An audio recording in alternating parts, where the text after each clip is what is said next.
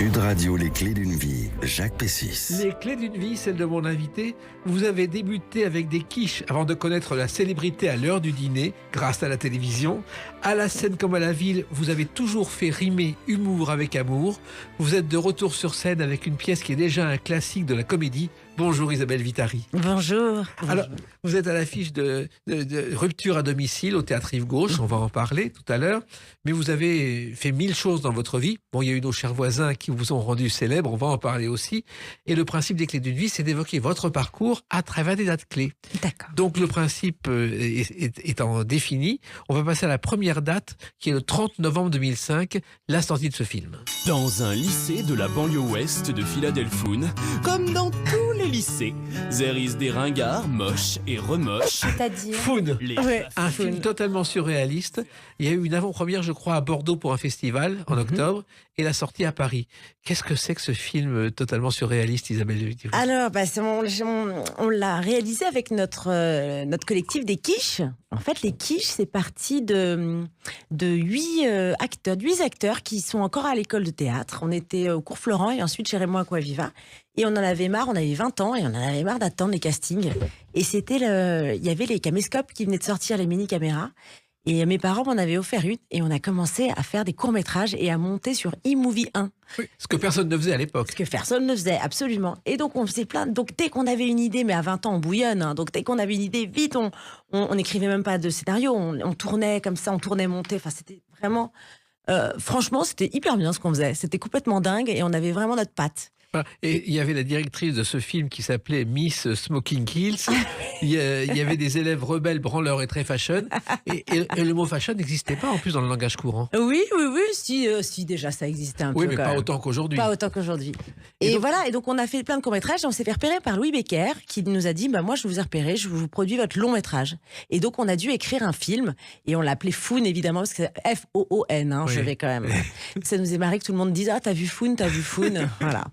Rien que pour ça, parce qu'on se prenait vraiment pas au sérieux. Oui. Et ben, ce film n'a pas bien vraiment marché, hélas. Hélas, ouais. C'est un collector pour ces. Et franchement, par exemple, Mario Cotillard nous disait que c'était un de ses films cultes préférés. Oui, mais Ça- il y a beaucoup de gens, ceux qui l'ont vu, ont tous aimé ce film. Ouais. Il pourrait un jour ressortir. Ah bah ça serait mon rêve, bien sûr. Et Louis Becker, je crois que c'est le fils de Jean Becker, Oui. donc absolument. petit-fils de Jacques Becker, Ouais. qui a quand même tourné entre autres Casque d'Or, qui a permis à Simone Signoret d'avoir un Oscar. Ouais, exactement. Ouais. Et je crois qu'il a fait d'autres choses depuis, d'autres productions. Oui, il a été connu par un Indien dans la ville. C'était ça Exactement. son gros. Ouais.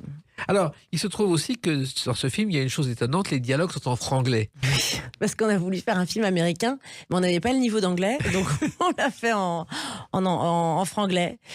C'est une sorte de mélange entre Grease et comment dire, West Side Story. West Side Story. Voilà, c'est ça. Et le franglais, il y a René Thiamble, qui est un linguiste très célèbre, qui a dénoncé le franglais dans un livre en 63, c'est la première fois qu'on en parlait, en disant on est en train de massacrer la langue française depuis la dernière guerre. Ça s'est pas vraiment arrangé depuis.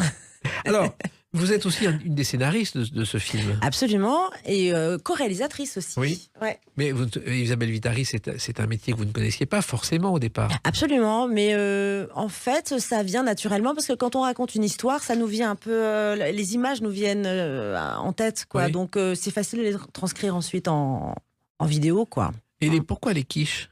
Parce qu'on se prend pas au sérieux, qu'on était vraiment 8 quiches, quoi. Voilà. En fait, le mot quiche, ça viendrait de tarte, effectivement. C'est un mot qui vient de la Moselle. Et dans le champ des injures culinaires, il est classé dans le top 50. Absolument. Ouais. Alors, c'est une forme d'humour totalement absurde qui vous a toujours beaucoup plu. Exactement. Oui, il y a plein de petites références déjà à plein de films qu'on aimait. On a aussi, par exemple, on a quand même, ça personne ne l'a vu. On a quand même fait une référence à Bibi Phoque, qui était un dessin animé qu'on regardait dans les années 80. Et dans le film, on peut voir le petit un Bibi Phoque. Il y est dans le film. Mais là, faut le trouver. Voilà. Mais en même temps, c'était pas si courant de voir ces films-là. Moi, je me souviens du début des Monty Python, le premier film qui s'appelait Pataquès, il y avait 10 personnes dans la salle. Ouais, enfin voilà. Ouais. Et ça vous a toujours tourné? Pourquoi cette forme d'humour absurde? Je sais pas, en fait, dans les quiches, il y a énormément d'humour. Par exemple, Mika Tarr, qui est pour moi une des femmes les plus drôles que je connaisse, elle avait sa forme d'humour. Benoît Pétré aussi, Aurélie Saada aussi, Vanessa Fad. Tous les membres des quiches avaient Alexandre Bric, qui est aussi très drôle. On avait tous une forme d'humour et de nous rassembler tous ensemble, ça a créé ça, quoi. Oui, Oui, mais en même temps, c'était une sortie de cours, c'est-à-dire que c'est à l'école que vous êtes réunis, Ouais, retrouvés. exactement. Parce qu'en général, on fait les classiques à l'école. On fait les classiques, et enfin, nous, on faisait les quiches, n'importe quoi. Et ça ne posait pas de problème au professeur? Non. On avait même fait une fois, chez Raymond Akawiva, on devait donner le nom de notre scène qu'on voulait passer le jour même. Et en fait, on n'avait pas eu le temps de travailler avec Mika, et on avait inventé un auteur et un nom de scène, et on était passé. Et on s'est retrouvés à devoir inventer quelque chose, et on était en impro. On a fait une sorte de théâtre un peu absurde, mais très sérieux. Et à la fin de la scène, donc on arrête le truc, il y avait une plante, et on faisait des choses un peu dramatiques comme ça sur la plante. Et Raymond Akawiva nous regarde, il fait « Je connaissais pas cet auteur. Je suis pas fan. » Vous lui avez pas dit la vérité. On l'a pas dit. Alors, les quiches, je crois qu'il y a eu aussi un programme court sur Canal+, Allo Quiche. Oui, Allo Quiche. Le concept était génial. C'est une quiche était livrée quelque part. Alors ça pouvait être sur le vaisseau mère de V, dans un film porno, chez des ados. Voilà. Donc la quiche arrivait et on était dans une situation complètement rocambolesque. Voilà. Alors ça, c'était les quiches, vous êtes séparés et chacun a continué son chemin. Et vous, Isabelle Vitari, votre chemin a débuté à Aubervilliers. Vous avez grandi près de Paris. Absolument, ouais. Et c'était une petite ville. Alors je sais que les dernières années de sa vie, Pierre Bromberger, qui a été un des plus grands producteurs de cinéma, qui a découvert Godard, Melville, Truffaut, vivait à Aubervilliers. D'accord. Et au départ, vous êtes dans une famille très particulière. Je crois que votre père est policier. Et oui, absolument. Il était policier, il était inspecteur de police au début, il a fini commissaire, Oui. il a fait une belle carrière. Et ma mère était intendante, elle était dans l'éducation nationale. Voilà. Et c'était une ville tranquille à l'époque. Oui, enfin, alors, on a ensuite déménagé dans le 93 à Drancy. Oui. Voilà, qui a une triste histoire, Oui. hélas. Mais donc, moi, j'ai pas beaucoup de souvenirs de ma ville de naissance parce qu'on est parti assez vite finalement. Mais Ouais. là aussi, c'était une vie de famille heureuse, Ah tranquille. bah oui, bien sûr. Avec un père qui avait quand même peur pour vous, je crois. J'en avais parlé ensuite dans mon spectacle, oui, c'est vrai. Il était très flippé. En fait, il voulait avoir des garçons et il a eu 2 filles. Et ça a été sa plus grande hantise, c'est qu'on se fasse violer ou pas respecté par les hommes. Donc, je pense que malgré lui, il était féministe. C'est-à-dire? Et ben, il nous a élevés pour être des femmes fortes. Il a dit, vous devez jamais attendre d'un homme qui doive vous payer vos robes, vos sorties. C'est vous qui êtes indépendante financièrement. Et ça, c'était très important pour lui. Et c'est vrai que ma sœur et moi, on est hyper indépendantes, quoi. Et il se trouve aussi que il vous a suivi pendant vos études. Vos études ont été brillantes au départ. Oui, j'ai mon bac avec mention. Je fais des études de lettres, absolument. J'ai une licence de lettres. Bon, brillant, il y a mieux, hein. Oui, Mais il y a moins bien. Et puis, il vous a donné aussi quelques trucs, quelques secrets professionnels si jamais vous étiez agressé un jour ou l'autre. Absolument. Non, mais j'ai eu la chance de traverser ce métier toutes ces années où il y avait énormément de prédateurs. Je pense vraiment que le fait de dire, parce que c'est vrai que je le disais naïvement, mais après coup, je me dis c'était pas si bête, que mon père était commissaire de police, quoi. Et donc, je pense que les prédateurs allaient peut-être voir ailleurs parce que, voilà, ils voulaient pas avoir de problème. Mais là aussi, c'est une époque où quand il y avait des prédateurs, on n'en parlait pas, Isabelle Vitari. Voilà, ouais. Mais moi, je les ai pas vus. Et je pense que c'est grâce à mon papa qui était flic, quoi. Alors, le théâtre, ça vous a toujours attiré? Alors, malgré moi, c'est ma prof de danse classique à 9 ans qui a dit à ma mère, il faut qu'elle fasse du théâtre. Et moi, au début, je voulais pas. C'est nul, Titus, Bérénice. Je trouvais ça, pour moi, c'était ça le théâtre. C'était un peu. Et en fait, pas du tout. C'est là. Donc, je suis allée quand même prendre des cours de théâtre au conservatoire de Drancy avec monsieur Echasseriot. Et là, je me suis éclatée. J'ai eu le plus grand bonheur de ma vie. Je jouais le chat dans La patte du chat, des contes de Perrault. Oui. Et ça durait 20 minutes. Et au bout des 20 minutes, j'étais là. Ah, déjà? Mais non, je veux rester sur scène. Mais comment elle vous avait repéré, cette professeure de danse? Alors ça, je sais pas. Elle a vu, parce que j'étais pas franchement super douée, j'étais un peu brouillon. J'avais des petites filles autour de moi qui étaient quand même meilleures, mais je devais avoir un truc dans l'expression du visage. C'est vrai que je suis quand même très expressive. Elle a senti quelque chose. Et le conservatoire vous a amené d'abord au cours Simon. Exactement, ouais. J'ai commencé par le cours Simon, je me suis inscrite au cours Simon, c'est ma mère qui m'a inscrite au cours Simon. Et ensuite, je suis allée au cours Florent. Voilà. Mais votre père n'était pas inquiet que vous fassiez ce genre de métier? Non, il était assez content pour moi. Ouais. Et votre objectif, c'était pas la comédie française, c'était qu'est-ce que vous aviez envie de faire au théâtre à ce moment-là? Je me rendais pas trop compte. Ouais, je voulais jouer. Je me rendais pas trop compte. Mais par contre, je sais qu'au moment des quiches, après, quand j'ai eu vraiment 18, 19 ans, j'avais envie de créer. Et ça m'est toujours resté. C'est pour ça que j'ai fait des spectacles après. Écrire, créer. Voilà, c'est pour ça que j'étais si heureuse avec mes potes. Et d'ailleurs, c'est toujours mes amis, les quiches. Ce moment de créativité intense, quoi. Oui, ce que vous n'aviez pas appris dans les cours, parce que le cours Florent, c'était très bien, mais en même temps, on vous apprend de la théorie, mais la pratique, c'est pas ça. Exactement. D'ailleurs, je trouve que les cours Florent, c'est très bien pour se faire une famille. C'est là qu'on rencontre ses amis et ses connexions pour la vie. Mais je trouve que on apprend aux acteurs français à faire. On n'apprend pas à vivre. Et je trouve que la méthode américaine ou russe est quand même meilleure. Vous les avez pratiqués? Un petit peu, j'ai fait des stages, j'ai essayé de récupérer un peu le train en cours, mais bon, voilà. Je trouve que, voilà, en France, mais je trouve que ça va mieux maintenant. Oui, et en même temps, c'est un métier difficile au départ, vous le saviez. Ouais, c'est moi, quand on me demande là maintenant, oh là là, j'ai ma petite cousine qui voudrait être actrice, je dis ah bon, t'es sûre? T'es sûre? Parce que c'est extrêmement difficile. Pourquoi c'est difficile? Parce que quand ça marche, on a peur que ça marche plus, et quand ça marche pas, mais c'est tellement difficile de ne pas être désiré. On est à côté du monde, quoi. Donc c'est très dur, c'est un métier très dur. Mais vous êtes bien débrouillé, et on va évoquer justement le début de votre carrière sur scène à travers la date du 14 septembre 2012. A tout de suite sur Sud Radio avec Isabelle Vitari. Sud Radio, les clés d'une vie, Jacques Pessis. Sud Radio, les clés d'une vie. Mon invité Isabelle Vitari. Nous parlerons tout à l'heure de Rupture à domicile, un classique de la comédie de Tristan Petit-Girard que vous jouez au Théâtre Rive Gauche. On a parlé de vos débuts et de votre rêve d'être actrice. On vous connaît à travers nos chers voisins aussi, mais on va en parler. Mais il y a une date qui m'a marqué, c'est le 14 septembre 2012, vos débuts sur scène. Où en êtes-vous dans le programme ? J'ai pour projet de monter une opérette sur le thème des Roms. J'ai abandonné l'idée de la comédie musicale sur les personnes à mobilité réduite. Non. Alors, c'est le petit gymnase et c'est vous dans un spectacle et vous en riez encore. Ah oui, oh là là, mais ce spectacle, il était fou. Donc, je l'ai écrit avec ma copine des quiches, Mika Tar, et on l'a écrit toutes les deux. Je sortais d'ailleurs d'une grosse série pour TF1 et j'avais besoin de créer, de dire des choses de là où j'en étais moi dans ma vie. Donc on a parlé de 8 femmes, 8 personnages féminins. Et c'était toute une partie de moi. Donc il y avait l'actrice, on se foutait un peu de la gueule de tous ces acteurs qui se prenaient au sérieux. Il y avait en plus j'étais célibataire à ce moment-là. Et donc on parlait de toutes les rencontres que j'avais faites, les coups d'un soir, les machins. Et donc c'est devenu cette femme qui a un rendez-vous avec un petit mec qui n'a pas les mêmes références, qui est un peu dans lui, ses références c'est le porno, elle a 30 ans, elle est un peu dans le love, quoi. Et elle se fait ça finit un peu trash. Bref, et donc voilà, donc plein de personnages comme ça, et ça a été un bonheur. J'écris aussi avec Cyril Touvenin, on a écrit un sketch sur une maîtresse d'école qui se faisait complètement, qui était complètement folle et qui perd des pieds avec tous ces petits élèves qui la harcelaient, quoi. Enfin bon, on s'est bien marré. Alors, le spectacle s'appelait Rire. Curieusement, ce titre n'a jamais été pris pour un spectacle.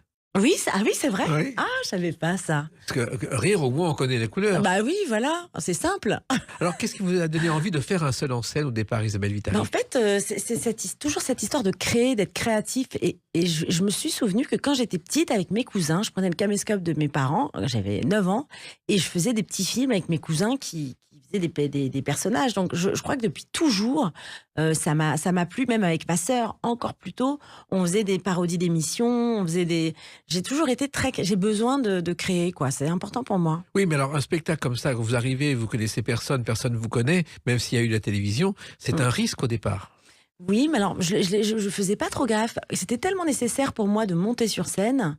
J'avais tellement de plaisir d'écrire avec Mika et de faire ce spectacle avec elle qu'en fait, on a fait un showcase, comme on dit dans le métier. C'était au Jamel Comedy Club. D'ailleurs, je m'en souviens grâce à Nagui qui avait fait l'entremetteur si gentiment. Donc j'avais jamais joué toute seule sur scène et puis joué ce spectacle. Et c'était un truc de malade. Il y avait 150 personnes, tous du métier, et c'était la folie. Et En fait, on s'était pas rendu compte la puissance de ce qu'on avait écrit. Parce qu'en plus, vous avez pris des risques.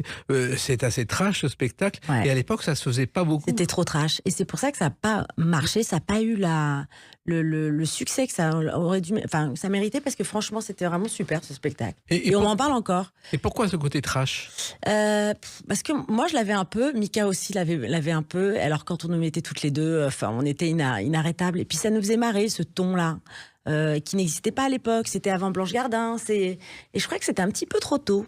Oui, parce que Blanche Gardin, finalement, ce qu'elle a fait, ça ressemble à ce spectacle Ça rire. ressemble, oui, alors, dans son style, avec ses failles à elle et sa façon de voir le monde. Mais oui, voilà, oui, c'était un peu ce genre-là. Mais d'ailleurs, Isabelle Vitari, à certaines scènes, il y avait des O et des A dans la salle. Bah oui, non mais franchement ça remuait bien. Mais ce qui était, et qui je pense est l'essentiel, et c'est ce que me disait Éric Théobald, avec qui j'ai écrit le deuxième spectacle, me disait il faut que tu partes de toi pour que ça devienne universel. Et en fait ce spectacle-là, c'était vraiment moi, quoi, vraiment. Oui, mais on n'a pas l'habitude en 2012 d'avoir une jeune femme souriante qui parle avec des mots crus. Exactement. Non, mais c'était trop tôt, vraiment, je le dis. Et en même temps, vous aviez une crainte, c'est ce que vous appeliez le 4e mur, Isabelle Vitari. Exactement, très juste. Je jouais vraiment mes personnages et c'était fini, quoi. Je n'avais aucune relation avec le public, chose que j'ai travaillé avec justement Éric Théobald dans le deuxième spectacle. Vous aviez peur du public ? Bah ouais, j'étais pas très à l'aise avec avec le côté un peu stand-up des spectacles qui existent maintenant, quoi. En fait, quand on est acteur, il y a un 4e mur. Hein. Oui. Bon, c'est vrai qu'il y a des spectacles où on parle un peu au public, mais à l'époque, ça se faisait pas. Hein. Non, mais même les femmes comme vous, ça se faisait pas. La première femme à faire un seul en scène était Anne-Marie Carrière dans les années 50, où c'était quand même très gentil parce qu'elle défendait les femmes à qui les hommes reprochaient de se servir de la voiture pour se maquiller et du rétroviseur pour se maquiller. Et c'était tout à fait gentil. Après, il y a eu une évolution. Ouais, c'est vrai. Et le petit gymnase, quand vous entrez dans la salle, il y a une photo de Coluche, une affiche de Coluche. Donc c'est aussi votre univers, un peu tout ça. Oui, absolument. Vous avez été marqué par Coluche, par ses... Bien sûr. Alors ma mère m'a raconté qu'elle était allée voir un spectacle de Coluche avec moi dans son ventre. Elle était à 8 mois de grossesse. Et elle a ri pendant 2 heures. Et elle me dit, c'est peut-être ça vient peut-être là, ta passion de l'humour et d'avoir l'envie de faire rire tout le monde. Et ça vient peut-être de là. Voilà. Vous évoquez dans ce spectacle aussi, je crois, vos origines espagnoles et italiennes. Ouais. Oui, ma mère est espagnole et mon père est à moitié espagnol et à moitié italien, d'où le nom Vitari. Voilà, exactement. Ouais. Et d'ailleurs, il y a des actrices qui, elles sont espagnoles, mais qui ne parlent pas un mot de cette langue, comme Cameron Diaz ou Christina Aguilera, qui n'ont jamais prononcé le moindre mot en espagnol. Moi non plus. Moi non plus. Génial, mais hélas. Ouais. Alors, il y a quand même du trivial, parce que quand vous dites un homme, c'est comme un gros gâteau au chocolat, il n'en veut qu'à ton cul, ça doit faire rire, mais ça doit surprendre aussi dans la salle du petit gymnase à cette époque-là. C'est vrai, mais c'est vrai que c'est ce que me disait mon père. Il me disait, fais attention, parce que les hommes, en fait, c'est la seule chose qui les intéresse, c'est te choper. Bon, ce n'est pas franchement vrai, mais moi j'ai grandi avec ça, quoi. Et puis il y a eu le spectacle suivant où là vraiment vous avez parlé de votre vie privée, ce qui est rare chez une actrice ou de vos enfants. Ah, exactement. En fait, pendant que j'ai écrit le deuxième spectacle, j'étais en pleine crise d'ado de ma fille qui avait 14 ans et qui m'a fait vivre l'enfer sur terre. Ah bon? Et mais vraiment, j'avais peur quand j'entendais la clé dans la serrure. J'étais là, j'avais peur parce que elle était dans une rage folle. Elle me hurlait dessus, rien n'allait. Bon, évidemment, j'y suis pour quelque chose aussi. Alors là, je vous donne que ma version. Moi aussi, je devais... Je pense que c'est difficile d'avoir un ado à la maison. On a du mal à... Puis j'avais vraiment l'impression d'être en coloc avec quelqu'un que je nourrissais, avec qui je lavais les chaussettes, et j'ai tout ce qui me parlait comme un chien, quoi. C'était horrible. Je trouvais ça injuste. C'est injuste, un ado. Tout d'un coup, c'est un monstre. Et je la compare dans le spectacle à une sorte d'alien sanguinaire, quoi. Parce que elle me faisait peur. J'avais peur. Et elle a vu le spectacle? Non. Alors là, je voulais pas. Je suis quand même sa maman, donc je voulais pas qu'elle soit marquée encore plus, quoi. Mais ce genre de sujet, en même temps, ça touche les mères de famille. Isabelle Vitari, ah, oui. Je suis sûr que dans la salle, il y avait des gens qui... C'était le sketch préféré de tout le monde. Les mères me disaient, oh là là, j'ai le même ou la même à la maison. Les autres, ceux qui n'avaient pas d'enfants, me disaient, oh là là, mais moi j'étais comme ça quand j'étais jeune. Enfin, voilà. Tout le monde s'y reconnaissait. Ouais. Oui, et les tournées, c'était un soulagement. Exactement. Je faisais un peu semblant d'être triste de partir quand même de la maison. Je suis là, oh, j'y vais. Mais en fait, j'étais bien contente d'être enfin tranquille. Et en même temps, Isabelle Vitari, votre rêve était d'avoir des enfants. Bien sûr, évidemment. Mais je suis ravie. Mais d'ailleurs, maintenant, avec ma fille, on est très, très, très proches. On s'adore. Mais est-ce que les sketchs que vous avez faits il y a 10 ou 20 ans seraient encore d'actualité aujourd'hui avec les réseaux sociaux, avec tout ce qui se passe? Je pense, franchement, c'est une idée qui me trotte dans la tête depuis longtemps. Je voudrais reprendre ce fameux premier spectacle. Et c'est 8 femmes, et j'aimerais bien les remettre un peu au goût du jour avec Mika. Enfin, j'aimerais bien. Et je pense que oui, elles ont tenu le choc. Ouais. Mais en plus, il y a de plus en plus de rivales, entre guillemets. Vous avez été la pionnière de ces femmes.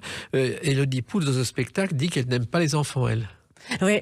Elle, c'est ça, voilà, c'est son prisme. Moi, je les aime beaucoup. Voilà. Et vous n'avez fait que 3 spectacles en 10 ans, Isabelle Vitari. J'en ai fait 2.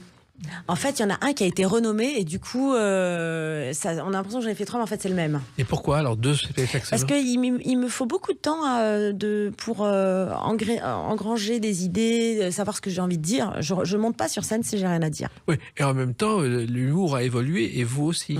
Exactement. L'humour n'est plus le même qu'il y a 10 ou 20 ans. Oui, absolument. Et en même temps, ce qui m'a un peu gênée avec ce deuxième spectacle, c'est que et avec en plus la notoriété de nos chers voisins, c'est que je me suis rendu compte on me présentait comme une humoriste. Et je suis pas une humoriste, moi je suis une comédienne. J'ai juste écrit mon spectacle et j'ai joué mon spectacle. Et je suis pas là pour faire... alors j'allais dans les émissions, puis il fallait faire un peu poète-poète. Et c'est une place qui ne me correspond pas du tout, en fait. Non, vous êtes une comédienne avec des sketchs écrits, et puis c'est de l'humour, c'est tout. Voilà, exactement. Et mes chers voisins, justement, ça a beaucoup marqué le public. Ouais. Et on va en parler dans quelques instants à travers la date du 4 juin 2012. À tout de suite sur Sud Radio avec Isabelle Vitari. Sud Radio, les clés d'une vie, Jacques Pessis. Sud Radio, les clés d'une vie, mon invité Isabelle Vitari. Nous parlerons tout à l'heure de Rupture à domicile au Théâtre Rive-Gauche, que vous jouez une pièce de Tristan Petit-Girard que vous reprenez. Mais là, on a évoqué vos débuts, les quiches, on a évoqué votre parcours de seul en scène qui a parfois choqué, et on en arrive au 4 juin 2012.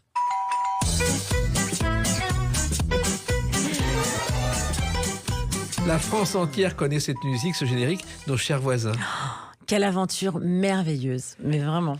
Comment c'est arrivé ? Casting, et grâce notamment à Denis Thibault, qui était le réalisateur qui a lancé la série, que j'embrasse d'ailleurs. Et c'est drôle parce que j'avais fait un casting et je l'avais pas réussi. Il m'avait dit non, mais attends, j'étais pas là au casting, je viens, tu refais ton casting. Et j'ai refait le casting avec lui. Et j'ai été engagée. Mais sauf que là, on se rend pas compte. Vous vous rendez pas compte, vous, mais nous, on fait juste des castings, on en fait plein tout le temps, toute l'année. On sait pas ce qu'on fait. Donc on a un petit texte, on le dit, bon voilà, et puis hop, on est pris et ça change votre vie, quoi. Oui, parce que c'était quoi le texte du casting, vous en souvenez ? C'était une petite scénette. Non, je m'en souviens plus. C'était une petite scénette, ouais, je m'en souviens plus. Et donc, vous devenez Karine Becker, une mère de famille qui travaille dans une agence de voyage. Exactement. Mais surtout, le secret de cette émission, c'est juste le casting, en fait, qui a été parfait. C'est-à-dire qu'on était tous à notre place. Moi, j'avais la colérique, un peu. Après, ils écrivaient un peu par rapport à nous, forcément, avec le temps. Mais voilà, Gilles Alma, qui était mon conjoint, il était génial dans le côté un peu beauf, un peu voilà. Il était barman, je crois. Oui, il était barman, exactement. En face, on avait les Dubernay-Carton avec Christelle Reboul, qui est une actrice incroyable de théâtre, d'ailleurs, incroyable. Voilà, Joy Esther, Jean-Baptiste Chemardine, tout ça, des acteurs, et on était tous à notre place, exactement au bon endroit, ce qui fait qu'il y avait une sorte d'osmose et un équilibre parfait dans cette émission, quoi. Alors, il y avait plusieurs appartements. Ouais. C'était un décor incroyable parce qu'il y avait plusieurs étages. Oui, il y avait plusieurs étages. Il y avait le rez-de-chaussée avec les poubelles, la cour. Il y avait c'était un vrai studio. Hein, ouais. Et un travail immense parce qu'il faut tourner vite, apprendre vite. Ouais, exactement. On tournait 11 sketchs par jour, 11 fois 3 quarts d'heure. On avait 3 quarts d'heure pour tourner un sketch. Donc c'est-à-dire toute la journée, on enchaînait. On avait 1 heure de pause et hop, on enchaînait. Donc c'était un travail mais éreintant. Mais à chaque sketch, on se marrait. C'était quand même énormément de plaisir. Oui, c'était quelquefois de 8h à 22h sans problème. Exactement. Mais il faut les apprendre, ces sketchs. En fait, c'est que 3/4 d'heure, ça va. C'est quand même quelques lignes. Donc, en fait, on était beaucoup sur la mémoire immédiate. Oui. Voilà, exactement. Donc il vous arrivait d'apprendre un sketch et de le jouer, et même de l'oublier le soir même. Ah ben oui, heureusement, sinon je serais décédée d'une rupture d'anévrisme. Alors c'est une histoire qui a commencé de façon très curieuse, je ne sais pas si vous le savez.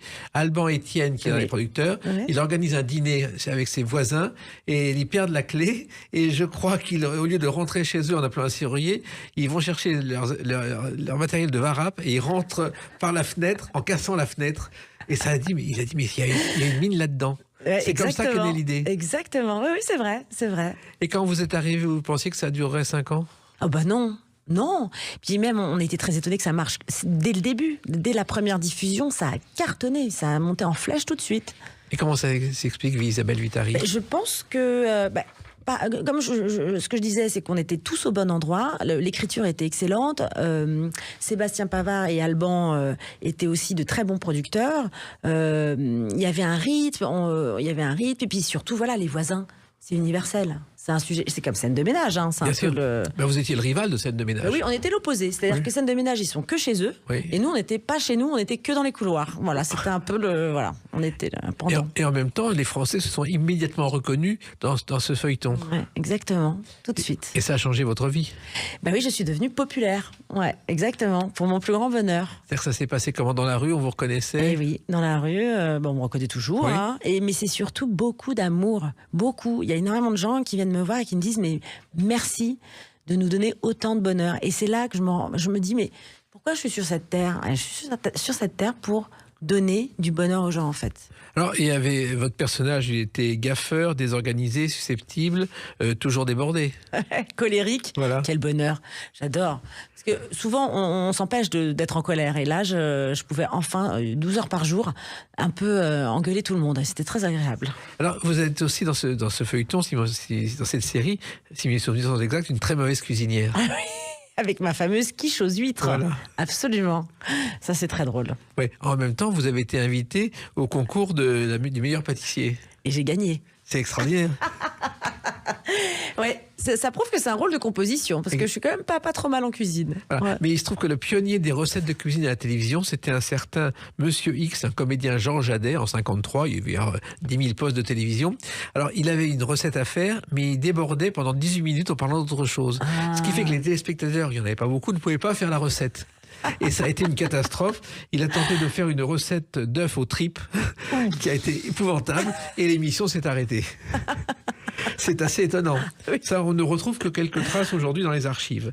Alors, Gilles Alma, effectivement, vous entendez bien avec lui, mais aussi avec tout le monde. Et il y a régulièrement des dîners entre voisins. On a notre petit groupe WhatsApp tous ensemble. Et évidemment, on va se voir les uns les autres. Là, on est tous allés voir Ring avec Amaury de Créancourt, qui était notre docteur. Qui est venu dans Les Clés d'une vie, voici quelques semaines. Voilà, que j'adore. Voilà, on va voir, ils vont venir me voir là dans Rupture. Enfin, voilà. Donc c'est une vraie famille. Une vraie famille. Le problème avec cette série, c'est qu'il fallait faire garder les enfants parce qu'on peut plus avoir de vie familiale. En fait, c'était pas. En fait, je travaillais comme tout le monde. Hein. J'allais travailler. Tôt le matin et tard le soir. Voilà, oui, tôt le matin. Et on finissait vers 19h. Ça va. J'arrivais même à cuisiner un petit quelque chose pour la petite famille. Non, et les enfants, là, vous découvrez autrement? Non, en fait, je montre pas trop ce que je fais. Quand je rentre à la maison, je suis la maman, quoi. Je suis Isabelle, quoi. Je suis plus l'actrice. Voilà. En tout cas, pour 5 millions de téléspectateurs, vous étiez la femme qu'on attendait le soir à la télé.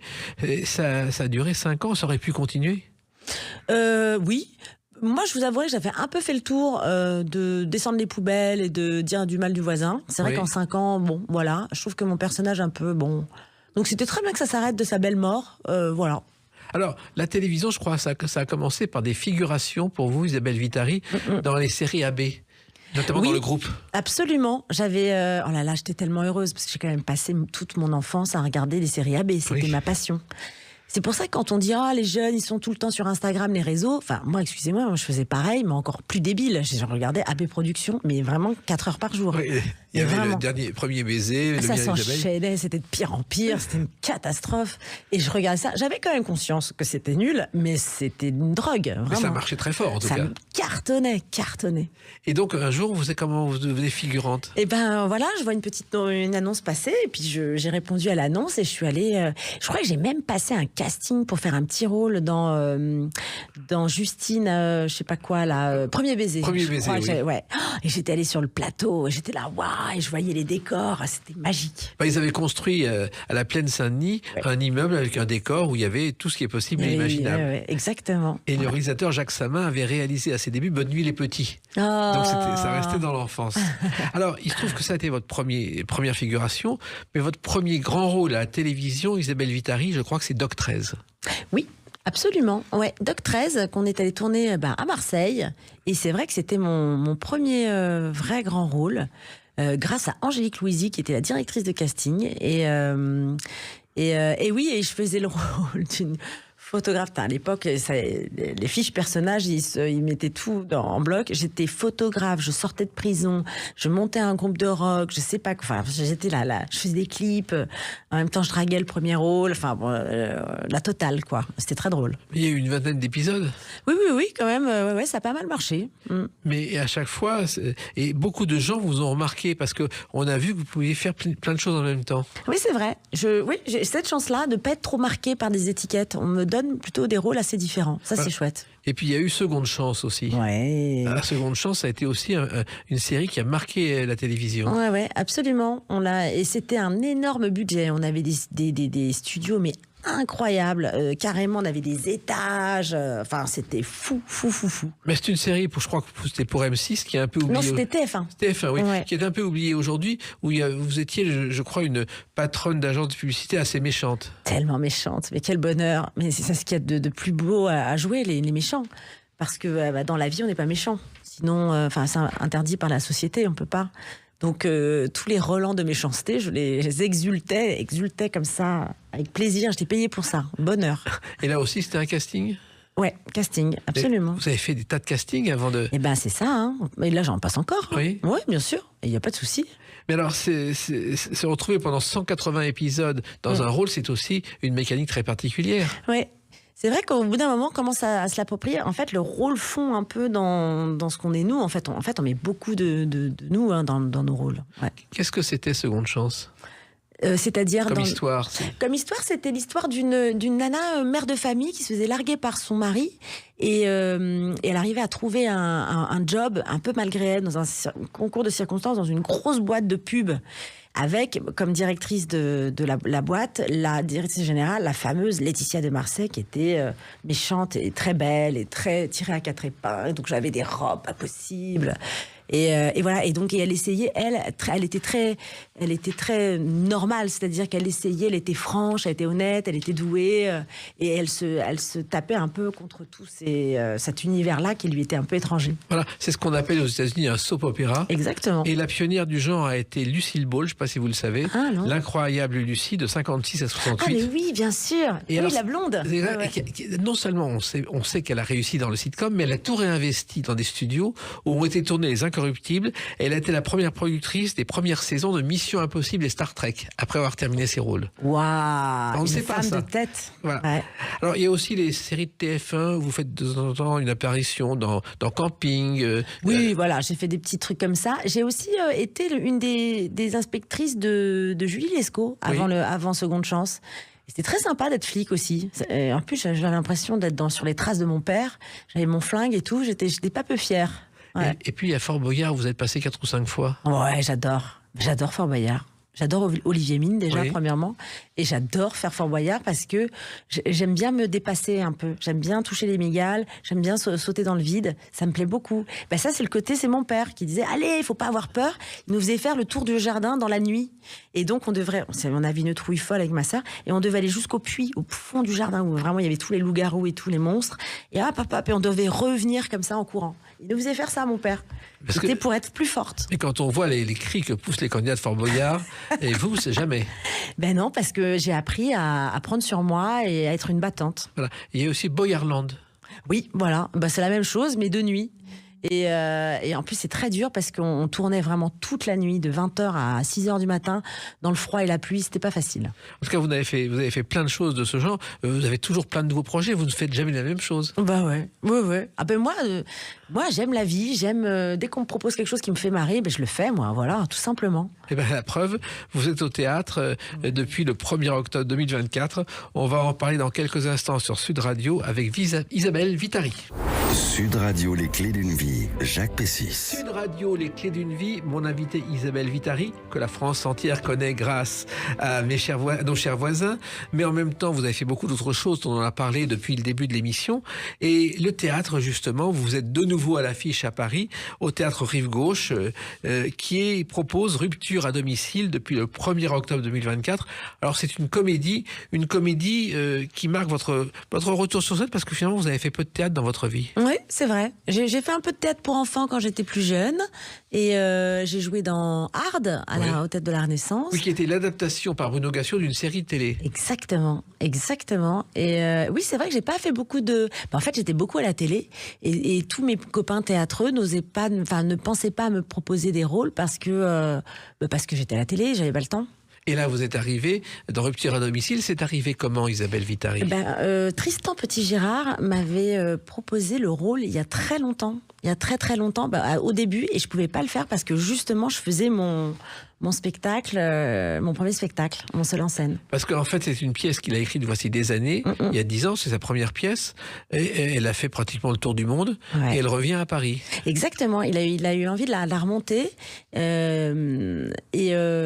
mais sauf que, en fait, il nous a montré, on n'a pas regardé la captation, et donc on l'a remonté un peu différemment. En fait, chaque acteur est différent. Lou Denis Elion est différent des autres acteurs. Enfin voilà, la nouvelle équipe fait que c'est une nouvelle pièce en fait. Voilà, Louis Denis Elion qui lui aussi est à la télévision. C'est drôle, hein, dans le programme de l'autre chaîne. Voilà. C'est drôle. Et ça, c'est le hasard ou c'est voulu? Alors je sais pas, mais en tout cas, oui, Tristan nous a proposé le rôle à l'un et à l'autre.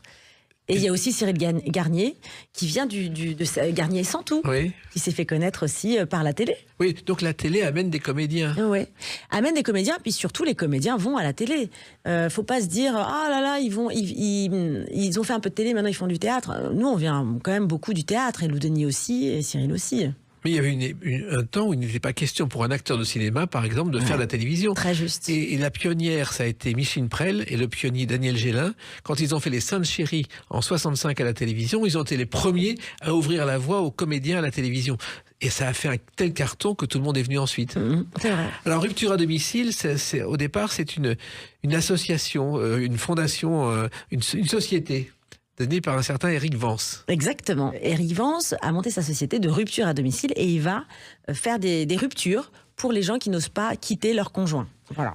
Donc, il y a une mission et on doit annoncer à une jeune femme qu'elle est quittée, et ça ne va pas se passer comme prévu. Non. Il arrive, il sonne, il a le bouquet de fleurs, il a un sac avec les affaires qu'il doit lui rendre, et il ouvre la femme ouvre la porte. Oh, c'est la femme de sa vie, celle qui est partie sans rien lui dire il y a 7 ans. Voilà, Gaëlle. Et elle voit Éric et tous les deux sont estomaqués de se retrouver 7 ans plus tard. Et évidemment que celui qui voulait quitter Gaëlle ne veut plus quitter Gaëlle, donc Lou Denis déboule dans l'appartement, et voilà. Et donc ce ne sont que des quiproquos, des comiques de situation incroyables. C'est vraiment très très bien écrit. Oui, c'est un trio amoureux inédit parce que l'ex, le futur ex et la femme, c'est pas si courant au théâtre. C'est vrai. Et en plus, ce que j'aime dans l'écriture de Tristan, c'est que le rôle féminin commence un peu crucruche, c'est ça que j'aime bien. Ah bon, mais qu'est-ce qui se passe? Ah bon? Donc tous les deux lui donnent des versions complètement rocambolesques de ce qui se passe. Ah bon? Et elle gobe tout. Et on se dit, mais qu'est-ce que c'est que cette cruchasse? Et en fait, pas du tout. Et on la prend petit à petit, elle prend le pouvoir petit à petit. Et voilà, donc c'est sublimement écrit. Vraiment. Oui, et en plus, c'est un rôle compliqué parce qu'il faut tenir le rythme. Le théâtre et la télévision, le rythme est très différent, Isabelle Vitari. Oui, mais alors le rythme du comique est le même. Je suis d'accord avec vous que le théâtre et la télévision sont deux métiers complètement différents, mais le comique, le vis comica, le comique, le sens du comique, c'est toujours le même. Le sens du rythme. Ta ta ta ta ta ta.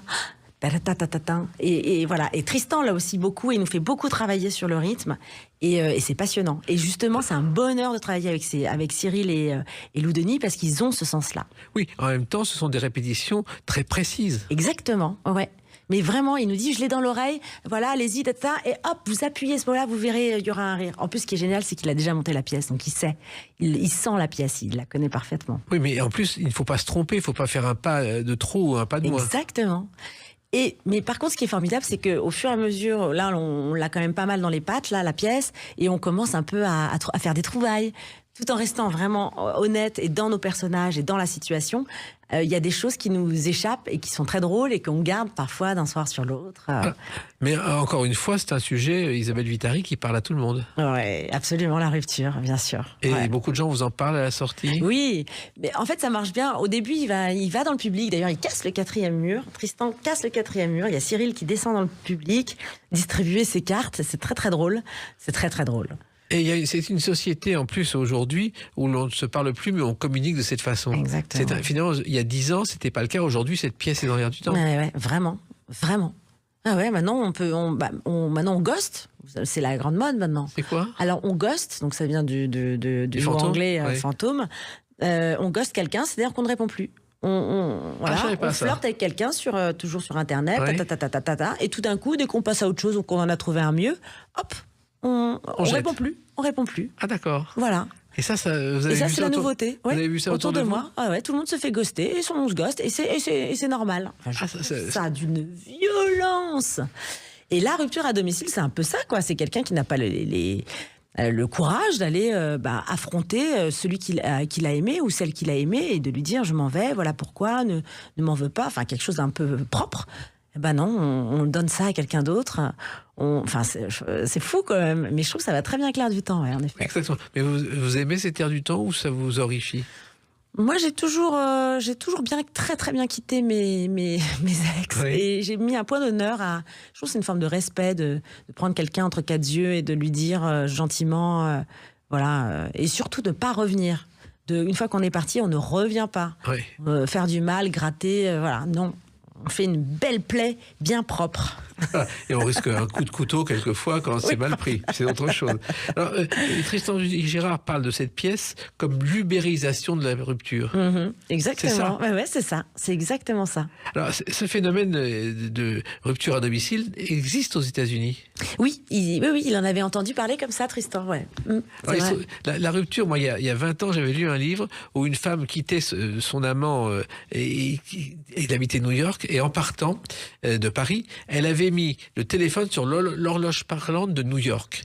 Et à l'époque, les communications étaient payantes.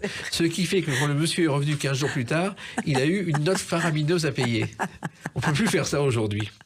Alors, le rythme aussi des spectacles a évolué depuis votre premier spectacle, votre premier seul en scène jusqu'à aujourd'hui. C'est plus la même chose, Isabelle Vitari. C'est vrai. Ceci dit, moi, j'ai toujours eu un peu ce rythme un peu effréné. Hein. Moi, ça a été toujours ma marque de fabrique. À l'école, notamment au cours Florent, où je faisais toujours un labiche, un fédo, à fond la caisse. Ça a toujours les ruptures. J'adore faire des ruptures. Donc, ça a toujours été... Enfin, ouais, j'ai toujours été fidèle à ce mode-là, moi. Oui, mais il faut mélanger la folie et la rigueur. Ah oui, attention. Comment on fait ? Le comique, c'est sérieux. Le comique, pour être drôle, il faut être malheureux. Il faut vivre la situation intensément. Et c'est ça qui fait rire. C'est ce qu'on voit notamment dans les bronzés font du ski, les bronzés, la troupe du Splendide. Si on les regarde bien, si on regarde Le Père Noël est une ordure, par exemple, même leur pièce de théâtre, ils sont tous dans des situations dramatiques. Ils vivent un truc vraiment malheureux. Mais c'est à mourir de rire pour ceux qui regardent. Et ça, c'est une chose que vous avez compris. Exactement, ça s'appelle la sincérité de ce qu'on vit vraiment. Et s'il faut le vivre vraiment, il faut vraiment être dans une intensité dramatique pour que ce soit drôle. Si on n'y croit pas vraiment et qu'on n'est pas vraiment malheureux, on est moins drôle. Voilà. Mais Michel Blanc, lui, qui avait créé le rôle de Jean-Claude Duss, en fait, il avait fait de manière très particulière. Un matin, en se rasant, il s'est dit, mais si je me laissais pousser la moustache après le personnage, ses copains du Splendide se sont foutus de lui en disant, ça marchera jamais. On a vu le résultat. Ouais. Alors, cette pièce, donc, c'est plusieurs soirs par semaine. Ça veut dire une vie tout à fait différente de celle de la femme de télévision. Exactement. Là, c'est l'inverse. Maintenant, je vois moins... je vois toujours mes enfants, parce que je les vois après l'école. Mais c'est vrai que je vois moins mon mari. Oui. Bon, bah voilà. Mais Faut il s'habituer. est très heureux. Il est très heureux que je sois au théâtre. Il adore la pièce, alors qu'il est extrêmement difficile. Et donc il est très heureux, ça va. Bon, c'est le meilleur public. Oui. Alors, il y a le théâtre, mais il y a eu le cinéma, on n'en a pas beaucoup parlé, mais vous avez fait quelques petites choses au cinéma, notamment dans L'ennemi public numéro 1, un film consacré à la vie de Jacques Messrine. Exactement. Oh là là, je me faisais braquer. J'étais une banquière des années 70 d'ailleurs. C'était tellement drôle. C'était drôle. J'avais une sorte de vieille IBM des années 70. Oui. Et je me faisais braquer par ma Messrine. J'avais rien à jouer. Hein. Oui. Il y avait juste à réagir. Hein. C'était génial. Un super beau souvenir. Voilà. Et là aussi, c'était un casting. Je crois que je connaissais quelqu'un. Ouais. Non, là, je crois que j'ai pas passé de casting. Mais en Ouais. tout cas, Messrine, c'est ennemi public numéro 1 qui a été abattu, on le sait. Mais ce qu'on sait moins, c'est Jean-Jacques Debout, qui a été son copain de classe à Juilly, qui m'a raconté, déjà, à l'école, il y avait la messe à servir, et il piquait le tronc de l'église pour le donner à ses copains. Donc, il avait des prédispositions. Déjà. Alors, il y a aussi un autre film qui s'appelait Tu peux garder un secret, Oui. d'Arcadie, où vous jouez une commère. Oui, absolument. J'étais dans les bureaux et on disait du mal de tout le monde. Ouais, absolument. Mais ça aussi, c'est un rôle très différent. À chaque fois, ce Ouais. sont des personnes. Vous ne jouez jamais le même personnage. Ouais, exactement. Bah oui, je fais ce qui m'amuse, quoi. Et faire 2 fois la même chose, c'est pas drôle. Ouais. Puis vous êtes tourné dans des clips aussi, Des clips, ouais, je fais tellement de choses. notamment avec Zazie. Oui. Qu'est-ce Ouais. que c'est, cette histoire? Et ben c'était un copain qui réalisait ça. Je crois que c'était Denis Thibault d'ailleurs que j'ai Oui. retrouvé après sur Nos chers voisins. Et il m'a dit mais viens, je fais un clip. Oh, j'adore. Les clips c'est quand même chouette, c'est quand même sexy. Donc j'étais trop contente d'être dans le clip de Zazie. Oui, en même temps, vous faites de la musique. Je crois que la batterie est en danger, si j'ose dire. Exactement. Mes parents m'ont forcé à faire de la guitare classique Oui. toute mon enfance. Je trouvais ça nul. Et là, je me suis vengée et j'ai commencé la batterie à 4 ans. Et franchement, je joue hyper mal et je suis très très heureuse. Mais vous avez créé un orchestre en plus. Absolument. Alors, un orchestre, le mot est fort. Mais oui, mon mec s'est remis à la guitare électrique, ma meilleure amie à la basse. Donc, on n'a pas de chanteur. Mais on a Manu Lévy d'ailleurs qui fait de la radio comme Oui. vous, qui est 2e guitare. Attention, on commence un peu à être... Et alors, pour l'instant, vous jouez où? Eh ben, on joue dans notre garage, quoi. On joue dans notre sous-sol. Mais c'est comme ça que ça a commencé pour les Beatles, c'est pour Oui, beaucoup d'autres. voilà, ben nous on fait des reprises, on n'a aucun talent créatif au niveau musical. Mais jamais, on reprend les musiques qu'on aime. Et ça, c'est un plaisir fou. Mais on travaille beaucoup, hein. On est consciencieux. Et vos chers voisins, qu'est-ce qu'ils en pensent? Et ben, je leur casse les oreilles. Et c'est incroyable le nombre de choses que vous faites en même temps, Isabelle Vitari. Bah oui, je sais pas. Vous pourriez pas faire autrement? Je pourrais pas, exactement. Ouais. Et j'ai aussi fait l'année dernière, j'ai fait un peu de radio, je faisais des critiques de théâtre d'ailleurs, Oui. ça me fait penser. Bah oui, j'aime faire des trucs, quoi. Je sais pas, non, je trouve ça normal de faire plein de trucs. Et l'avenir? Et ben l'avenir, continuer le théâtre. Franchement, ça me plaît beaucoup de faire de beaux projets comme ça au théâtre. J'aimerais aussi, avoir un beau projet aussi à la télé. Maintenant, je vais essayer de plus écrire aussi. Là, j'écris une pièce de théâtre, j'écris aussi un long métrage. Voilà, plus l'écriture, être plus créative et de faire vraiment des projets de qualité. Voilà. Mais la qualité, c'est beaucoup, beaucoup de travail. Ouais, exactement. Mais bon, ça, je l'ai compris. Mes parents me l'ont inculqué. Oui, et puis même l'expérience des spectacles Ouais. a été importante. Exactement, du travail et de l'expérience. Exactement. Et pour l'instant, donc, vous êtes à l'affiche de Rupture à domicile avec 2 autres comédiens. C'est, alors je le précise, du mardi au samedi à 21h et le dimanche à 15h. Voilà. Pour une Exactement. durée la plus longue possible. Et on est là jusqu'à mi-janvier. Jusqu'à mi-janvier. Ouais, finalement ça filoche, hein. Prenez Ouais. vos places parce que ça filoche. Ça filoche. Et en tout cas, on vous retrouvera. Et je suis sûr que vous aurez encore beaucoup d'autres choses à faire parce que vous faites partie des rares qui sont passionnés et qui vont dans toutes les directions. C'est pas si fréquent dans le théâtre et dans le cinéma et la télévision. Je suis comme ça, c'est ainsi. Eh bien, ne changez rien. Merci Isabelle Vitari. Merci Jacques. Rendez-vous au Merci. Théâtre Rive Gauche. Et puis les clés d'une vie, c'est terminé pour aujourd'hui. On se retrouve bientôt. Restez fidèles à l'écoute de Sud Radio.